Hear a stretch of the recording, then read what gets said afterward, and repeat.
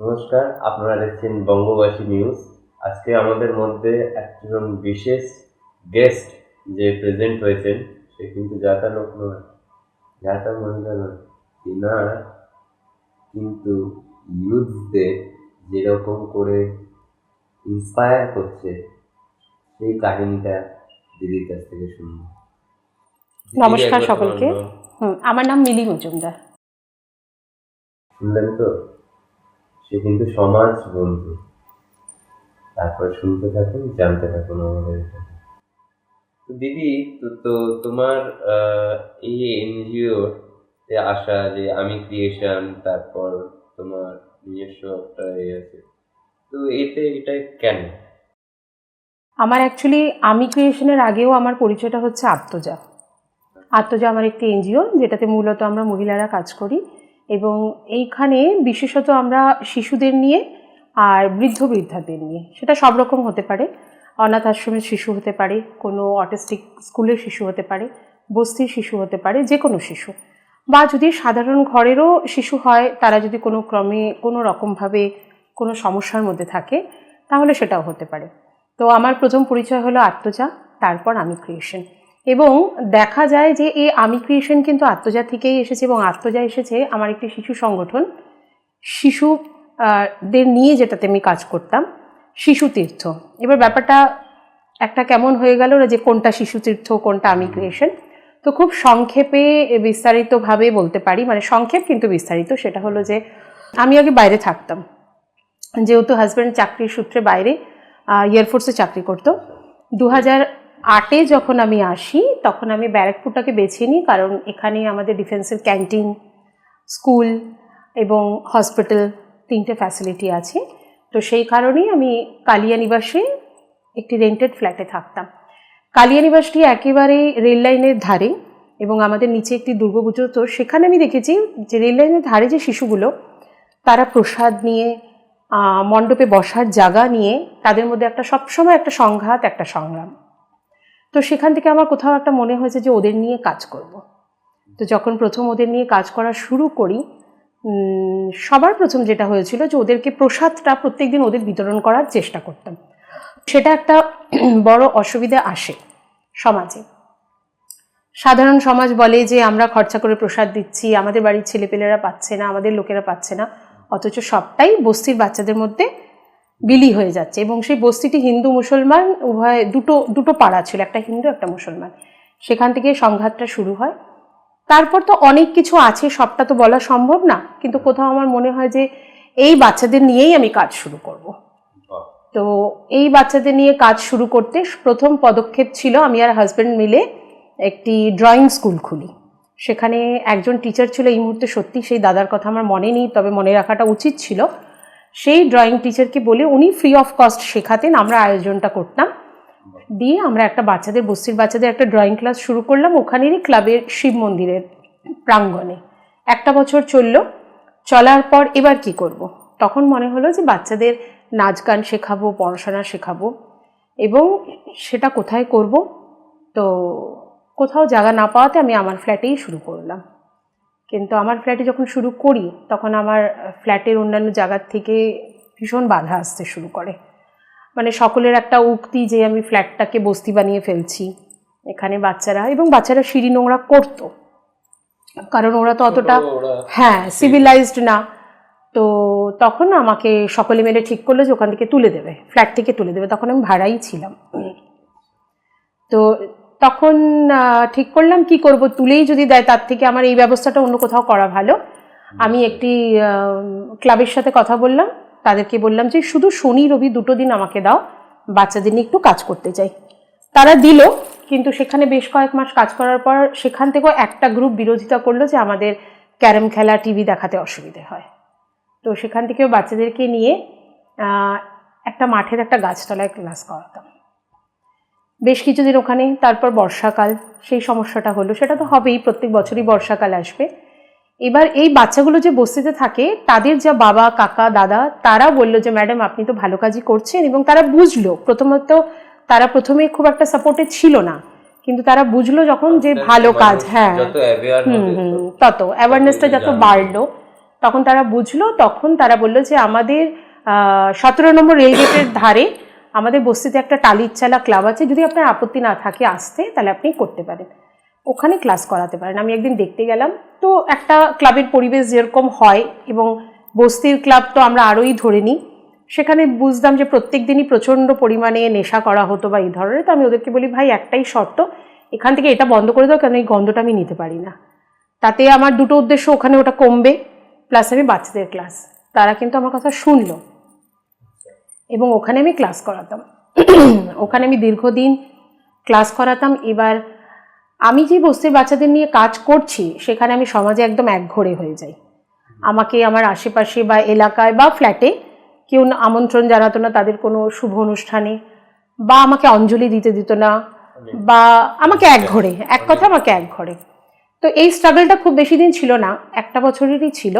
এবং এই বাচ্চারাই, এই বস্তির বাচ্চারাই আমাকে সমাজে পরিচয়টা দেয়। আমি বাচ্চাদের যখন নাচ গান ওদের ওখানে গিয়ে শেখাতাম, তখন ঈশ্বরের মতন এক ভদ্রলোক, পিনাকি দা, উনি ব্যারাকপুরে থাকেন, উনি নজরে পড়ে। তখন উনি বলেন যে আমি একটা সুকান্ত সদনে, আমার বাবা মার একটা ট্রাস্ট আছে, সেখান থেকে আমি একটা ট্রাস্টের আন্ডারে অনুষ্ঠান করতে চাই, তাহলে মিলি তুমি কি একটা করাবে? ওটা যেন আমার কাছে একটা লটারি পাওয়ার মতন ব্যাপার ছিল। তো উনি একটা সেফটি পিন থেকে মেকআপ আর্টিস্ট, ড্রেস, সমস্ত কিছু বেয়ার করে, এবং আমি 3 মাসের কঠিন পরিশ্রম করি বাচ্চাদের নিয়ে। আমি নিজেও নাচ করতে, যেহেতু আমার একটা সময় স্কুল ছিল, আমি চণ্ডালিকা মঞ্চস্থ করি, এবং সেখান থেকে আমার জার্নি শুরু হয়।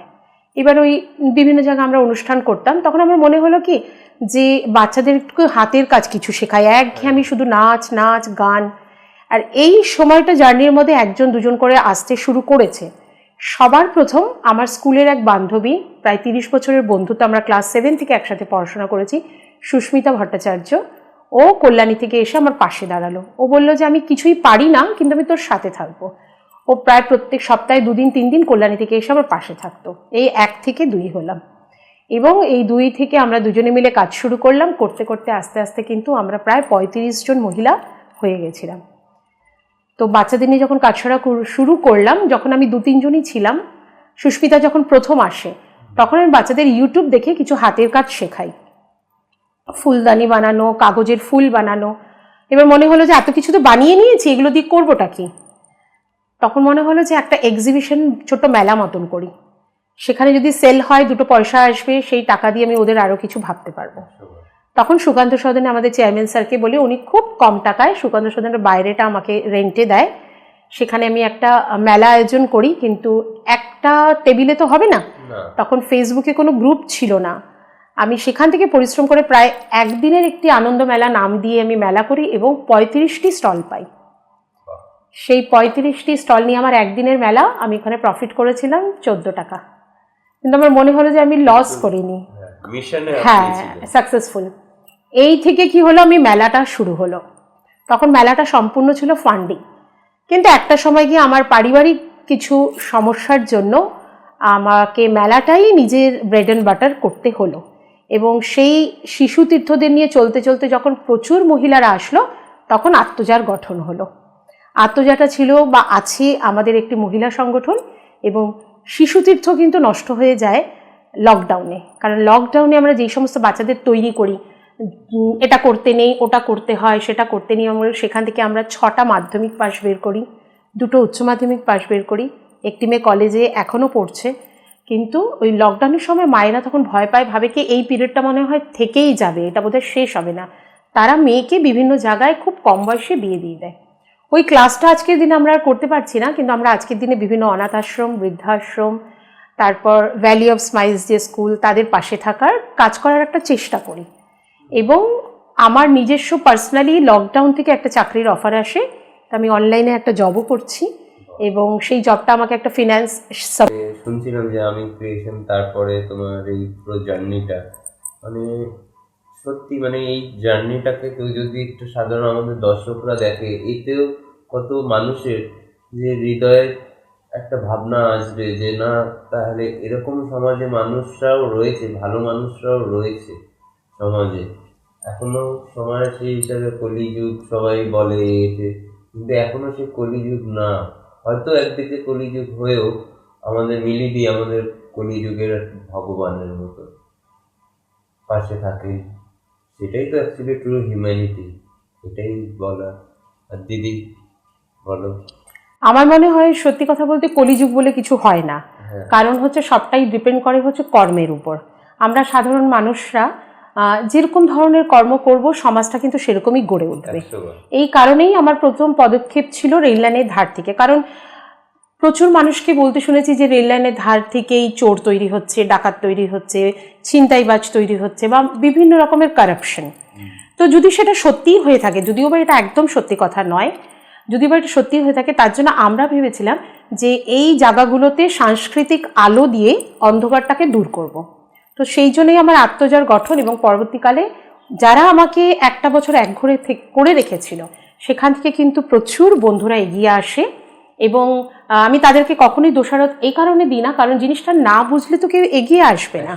হ্যাঁ, আমরা 35 জন মতন ছিলাম, এখন অনেকটা কমে গেছে। কেন কমে গেছে সেটার কারণ হলো অনেকের মনে হচ্ছিল এখান থেকে কিছু ইনকাম করা যাবে, তারা সেটা যখন পারেনি ফিরে গেছে, বা অনেকের মনে হয়েছিল যে এটা একটা আড্ডার জায়গা।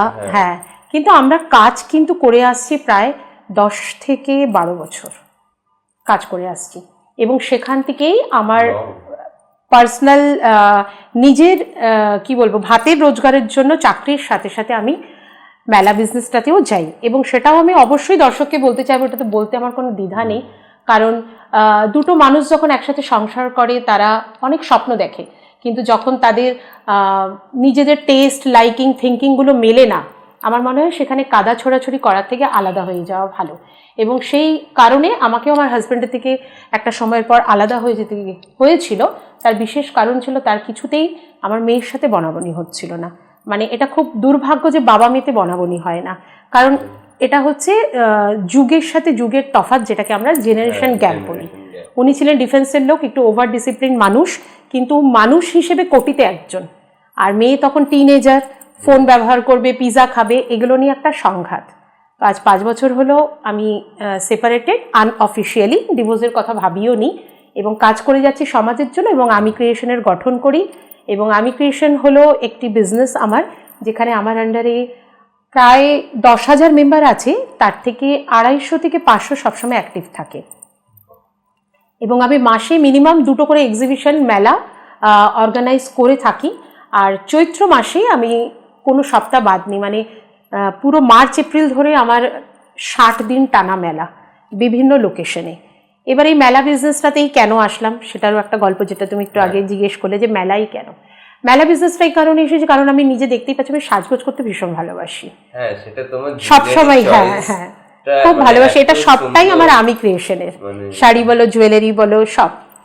তো আমি প্রথমে নিজে একটা ছোট্ট শাড়ির বিজনেস শুরু করেছিলাম, সেখানে আমি নিজে পুঁজি নষ্ট করে ফেলছিলাম, প্রত্যেক দিনই একটা নতুন করে শাড়ি পরে ফেলছি।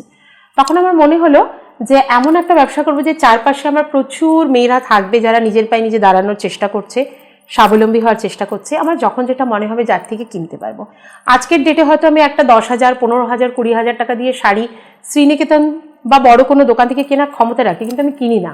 আমার সব সাজসজ্জা, যে সমস্ত দর্শক বন্ধুরা দেখতে পাচ্ছ, শাড়ি বলো, গয়না বলো, সবটাই কিন্তু আমার আমি ক্রিয়েশন, সাতকাহনের মেলা, সেই সমস্ত মেয়েদের থেকে যারা কিনা 12 মাস কাজ করছে এবং কাজ করার চেষ্টা করছে। তো আমি সকলকে বলবো, কাজ কিন্তু শুধুমাত্র টাকা রোজগারের জন্য নয়। অনেকের মনে হয় যে টাকা রোজগার করার জন্যই বোধহয় মেলা করা। এরকম অনেক আমাদের এক্সিবিটার্সরা আছে যাদের ছেলে হয়তো গেজেটেড অফিসার, হাজব্যান্ড হয়তো বড় অফিসার, কিন্তু তারাও করে। সেটার মূল কারণ হলো আমি ক্রিয়েশন নামটা, মানে নিজের আমিত্বকে খুঁজে পাওয়া। সকলের মধ্যে যে আমি আছে সেই আমিত্বটাকে যেন খুঁজে পায়, এটাই আমার একটা প্রচেষ্টা। এবং বয়স তো আমাদের সকলেই হবে বা হচ্ছে, তো ছেলে মেয়েরা নিজেদের কাজে ব্যস্ত হয়ে যায়, সবার একটা জগৎ। আমরা যেন কেউ বয়সকালে একাকিত্বতে না ভুগি। আজকে তোমরা যে মিলিদিকে দেখছো, আমি একটা ডাক দিলে এই মুহূর্তেই হয়তো 10 জন চলে আসবে। এই জিনিসটা যেন আমার একেবারে শেষ নিঃশ্বাস অবধি থাকে। আমার খুব ইচ্ছে যে আমি যেন বাঁধানো দাঁত নিয়ে এবং হুইল চেয়ারে বসেও মেলা করতে পারি।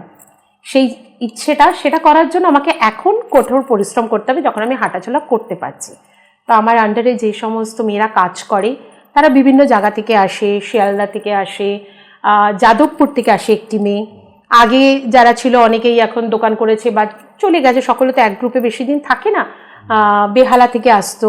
তো আর শ্যামনগর, ইছাপুর, পলতা, খড়দা, সোদপুর এখানে তো রয়েছেই, চাকদায়ও আছে কিছু, কল্যাণী আছে। এদের সবাইকে নিয়ে প্রত্যেক মাসে আমার মিনিমাম 2টো করে মেলা থাকে। এবং অনেকে আছে যাদের দোকান আছে, আবার ইয়ং এন্টারপ্রেনার্সদের এত সুন্দর করে তুমি যে তুলে ধরছো ওমেন এম্পাওয়ারমেন্টটা, সত্যি মানে সমাজে কতটা ইম্প্যাক্ট ফেলছে সেটা আমাদের দর্শক বন্ধুরা ঠিকই বুঝতে পারছে। যে এই লাগাতার চেষ্টা, কনসিস্টেন্সি, ঝড় ঝাপটা সবকিছু নিয়ে এবং সবকিছুতেই ঝড়ঝাপটা আছে। এই যে মেলা বিজনেসটা করি এখানেও কিন্তু অনেক ঝড়ঝাপটা, কারণ এত কম্পিটিশন যুগ হয়ে যাচ্ছে। তো কিন্তু আমার মনে হয় ঝড়ঝাপটার দিকে নজর না দিয়ে যদি নিজের কাজের দিকে বেশি নজর দেওয়া যায়, এগিয়ে যাওয়া যায়, তাহলে যারা ঝড়ঝাপটা তোলার চেষ্টা করছে তারাও একটা সময় গিয়ে হাঁপিয়ে যাবে।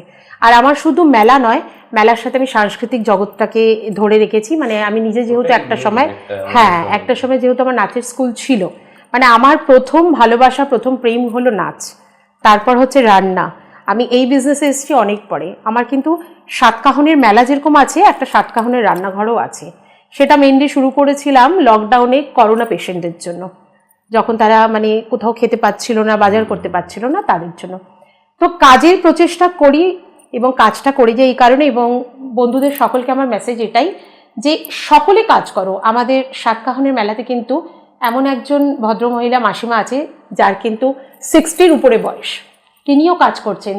তিনি কিন্তু পেটের তাগিদে না, শুধুমাত্র মেসোমশাই মারা যাওয়াতে একটা একাকিত্বতে ভুগছিল তার জন্য। তো অনেকের মনে হতে পারে যে উনি এত ভালো ঘর থেকে, এত পয়সাওয়ালা ঘর থেকে বিলং করছে, তাহলে টাকা। উনি কিন্তু টাকার জন্য না, উনি কিন্তু একেবারে ভালো থাকবে। একাকিত্ব একটা মাস না করলে বলে মিলি আমি কিন্তু খুব অসুস্থ হয়ে যাচ্ছি, এই ভালো থাকার জন্য। টাকা পয়সা তো আছে, কিন্তু একাকিত্বটা মেইন হচ্ছে। তাই কাজ করে যাচ্ছি। অনেকে আছে আমার সাথে, কখনো কোথাও যদি স্টল করতে হয় 30 জন তো অনাহাসে একদিনেই বুকিং হয়ে যায়। ঠাকুরের আশীর্বাদে বা তোমাদের ভালোবাসায় সেই জায়গাটা তৈরি করতে পেরেছি। এবং যেহেতু আমি পলতা, ইছাপুর, ব্যারাকপুর বেল্ট নিয়ে থাকি, আমি খুব দূরে দূরে করি না। আমার খুব ইচ্ছা হয় যে আমার আমি ক্রিয়েশন, আমার আত্মজা যেন এইটুকুর মধ্যে সীমিত থেকে বিকশিত হয়। এবং সামনে বলি ছোট করে যে আমাদের শিবরাত্রি আছে সামনের সপ্তাহে।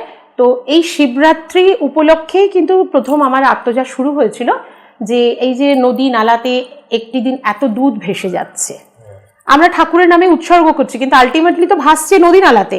এবার এই জায়গাটা একটা কনফ্লিক্ট। অনেকে তাহলে ভাববে তাহলে কি পুজো বন্ধ করে দেবো? একদম না, পুজো তো গঙ্গা জল দিয়েও করা যায়, পুজো শুধু জল দিয়ে করা যায়, কিন্তু যার যার ব্যাপার, আমরা কাউকে জোর করতে পারি না। আমাদের সোলটাই তো ভগবান। একদম তাই। কিন্তু সেই অ্যাওয়ারনেসের জন্য আমরা কি করি, আত্মজা পক্ষ থেকে শিবরাত্রির আগের দিন বা 2 দিন আগে আমরা একটা অ্যাওয়ারনেস প্রোগ্রাম করি যে দুধের আসল অংশীদার হচ্ছে শিশুরা। সেই শিশুদেরকে আমরা খাওয়াই, আমরা দুধ, ফল, মিষ্টি দিয়ে। ওটাই আমাদের জীবের সেবায় শিব পুজো, ওটাই আমাদের। তো এইবারও আমাদের আছে, আমরা একটি অটিস্টিক স্কুলে করছি, প্রায় 60 জন বাচ্চাকে আমরা লাঞ্চ করাচ্ছি। নিরামিষ ফ্রাইড রাইস, আলুর দম, কিন্তু দুধটা অবশ্যই থাকবে, তার সাথে মিষ্টি। আমরা স্টেশনেও এটা করেছি, প্রায় 200 বাচ্চা। এবং ব্যারাকপুরের কিছু অনাথ আশ্রম নিয়ে কাজ করি, সেখানেও করেছি। তো 25 তারিখে আমাদের এই অনুষ্ঠানটা আছে, ওটাই আমাদের শিবরাত্রি এবং ওটা দিয়েই আমাদের আত্মজাটা শুরু। সকল বন্ধুদেরকে বলবো পুজো তো অবশ্যই করবে, সকলেই পুজো করবে, কিন্তু যদি পুজোতে দুধটাকে একটু অ্যাভয়েড করা যায়, বাকি ফল দিয়ে আমরা পুজো দিচ্ছি, মিষ্টি দিয়ে, সেটা কিন্তু আমরা সবাই খেয়ে নিচ্ছি, কিন্তু দুধটা যে আমরা ঢালছি, কেউ সত্যি এটা অন্যভাবে নেবে না, কোনো ধর্মের মানে এগেনস্টে গিয়ে আমি বলছি না। এই দুধটা না দিয়ে যদি গঙ্গা জল দিয়ে পুজো করে এই দুধটা যদি কোনো শিশুকে খাওয়ানো যায়, একটা করে প্যাকেটও যদি দান করা যায়, তাহলেও কিন্তু অন্তত একটি দিনই পাক না পেট ভরে শিশুরা দুধ। তো এটা আমার সকল বন্ধুদের কাছে রিকোয়েস্ট, এটাই আমার অ্যাওয়ারনেস। দর্শক বন্ধুদের বলে দেবো আমাদের বঙ্গবাসী চ্যানেল দেখতে থাকো, আর দিদি সাবস্ক্রাইব করাটা একবার। একদম তাই, একদম তাই। নতুন করে আমাদের একটা পথযাত্রা শুরু হয়েছে, আমি তো সবসময় পাশে আছি। এবং আমার সবথেকে ভালো লাগে যারা নতুন করে শুরু করে, আমি তাদের সাথে থাকতে খুব পছন্দ করি। আপনারা চ্যানেলটা অবশ্য করেই সাবস্ক্রাইব করুন, এবং এরকম আকর্ষণীয় অনুষ্ঠান দেখতে হলে কিন্তু অবশ্য করেই সাবস্ক্রাইব করে লাইক অ্যান্ড শেয়ার করতে হবে। সকলকে অনেক অনেক ধন্যবাদ। ভালো থাকুন, সুস্থ থাকুন, আবারও দেখা হবে।